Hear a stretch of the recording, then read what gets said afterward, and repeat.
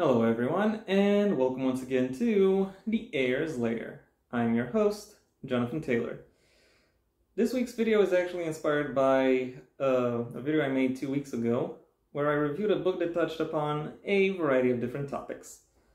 For this week's video, I decided I would revisit one of those topics, namely anarchism, by looking at one of the foundational texts of political anarchy.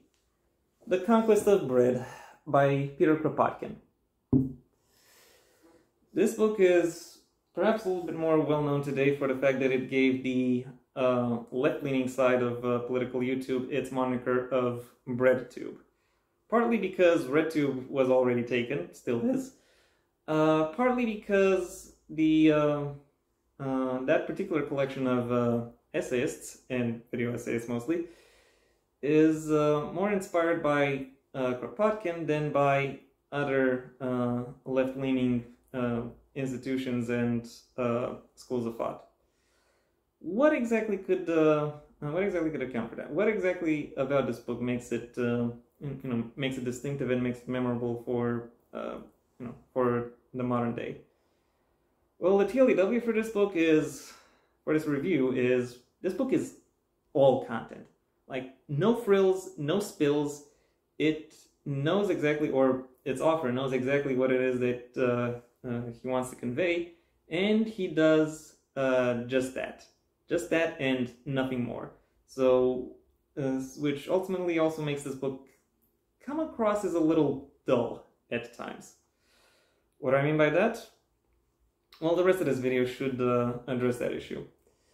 I have to admit, I initially wanted to touch upon this book and actually give a review of it 2 months ago, as of the time of this video's production, when I had just read it. However, when I first started writing my review out, I found that I was coming dangerously close to breaking my spoiler policy. So I decided not to do it until now, so I'm gonna have to be a little bit more.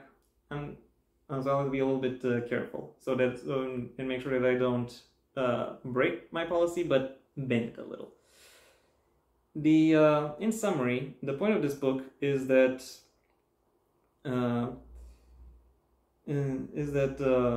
Kropotkin notices a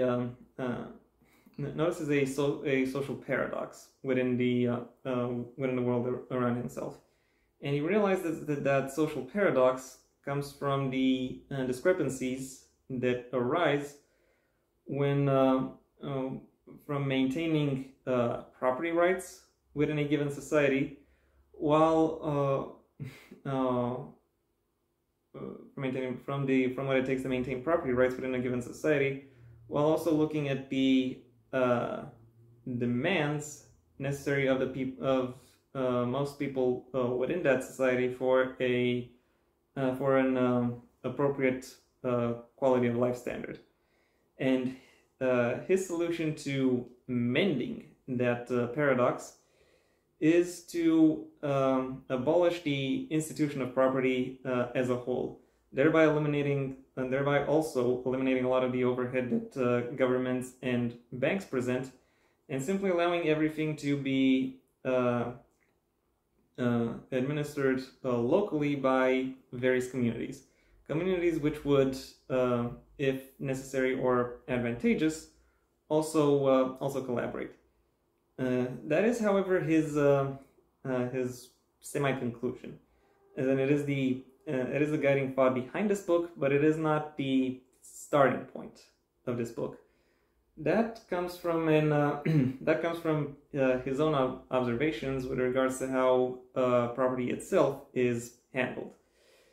He arrives at the conclusion that property is still arranged somewhat in a quasi-feudal way, where lots of dividends go towards the people who own land or productive resources, but don't actually carry out any productive labor themselves. and therefore the dividends that result from that productive labor that is technically done on their property mostly goes back to them rather than towards the people who make the people who expend that productive labor. Some could argue that the administrative labor they propose actually matches up with the dividends they assign themselves, but Kropotkin counteracts that assessment with a simple look at the idea of the meritocratic philosophy behind it. The idea of that meritocratic philosophy is that obviously the dividends you obtain within society are proportional to the amount of work you expend in order to maintain it. However, the thing about a lot of resources being owned by being owned by very few people is that, first of all, these people might not be inclined to reward those who create productive labor, to the extent to which their merit would actually state that they should be rewarded. First of all, second of all, even if a landowner or oil tycoon or any other owner of a sizable resource would actually be inclined to reward the workers fairly, they still have no frame of reference to what constitutes fair labor. Their only frame of reference is perhaps how the rest of their society rewards that labor, and given or the rest of their section of society rewards that labor, and given some sections of that society are inclined to not reward that labor, but just ensure the survival of the people who expend it, then it is very likely that they don't. Then it is very likely that the dividends that the people who expend productive labor will permanently stay below the actual value that a meritocratic assessment would actually entail.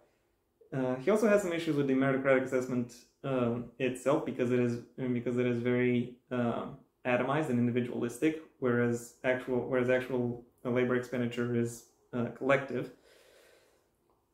And so his solution when it comes to amending that compromise is to simply make all of property and therefore all of the resulting products simply available to everyone, regardless of their level of contributivity.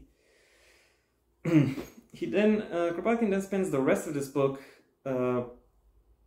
justifying from both a moral and a pragmatic standpoint why exactly he has arrived at that conclusion and what makes him think that is the best possible conclusion. And it is for that reason that this book also happens to be quite dull in a lot of its sections, because in order to justify his positions, he uses a lot of number crunching. That might not be directly relevant to most modern audiences, but for audiences that would have been contemporary to him, it showcases something very important, something that would have been denied to them. Namely, it showcases the scale of their economy, as well as how effective it actually is. Taking some numbers and then extrapolating upon that. From his analysis, Kropotkin is able to conclude that even that with a reduced labor schedule, I hope the title didn't bother you too much. Even with a reduced labor schedule, there would still be enough products made, even luxury products, in order to satiate all the necessities that most people would have, while still allowing them enough time for leisure activities and or intellectual pursuits that go beyond the requirements of basic survival. One thing that is quite interesting about the analysis, even though it is dull in and of itself, is that Kropotkin actually showcases his progressivism in how he carries them out. While this book still uses gendered language, he does still point out how women, i.e., half the population, is subdued within general society by having the expectations of domestic labor placed upon them, thereby denying them other opportunities. And also, he looks into how even if one were to still have a level of decommodification, a state being involved in the administrative work of resources would still in time create scarcity and a decaying quality of life. Similar to how semi-feudal monarchies in his day caused such manifestations. And given this book was written 30 years before the declaration of the Soviet Union, this really makes it quite prophetic and really helps strengthen the veracity of its claims. Overall, while I found myself at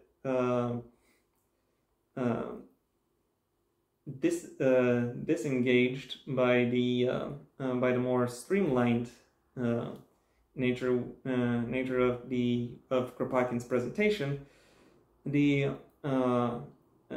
arguments and the observations that he actually puts forward are done in a very clear and very insightful manner.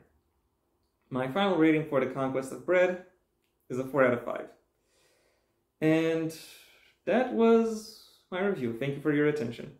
If you enjoyed it, please like the video and maybe even share it wherever you think other people will also like the video. If there is anything you'd like to add to the book or to my review of it, that's what the comment section is for. And if you want to see when my next video gets released, well then, please subscribe. And ideally also ring the bell or do whatever else YouTube will ask of you in order to keep you notified. My books, the first of my own Heir to the Empire series, The Next Generation and The Path Not Taken, are available under their at various book retailers under their respective links in the description down below, right past my social media links, which I also suggest you check out should you choose to. Additionally, you have the option of supporting me on Patreon, where you can, depending on the level at which you pledge, receive various perks, such as the classic early access to my videos and scripts, both for this channel and my second one. Because yes, I also have a second channel, like most people, where I talk about whatever it is I find interesting in that moment. Until next time, I am Jonathan Taylor, and this has been the Heir's Lair.